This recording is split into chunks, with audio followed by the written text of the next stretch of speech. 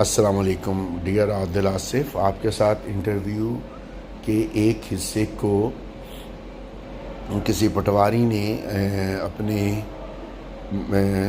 اس پہ ڈالا ہے۔ اس میں اس نے یہ کہا کہ صنم جو یہ دعویٰ کر رہی ہے کہ وہ ہاؤس وائف ہے، جبکہ اس کے والد یہ دعویٰ کر رہے ہیں کہ اس کی کمائی 60-70 لاکھ ہے۔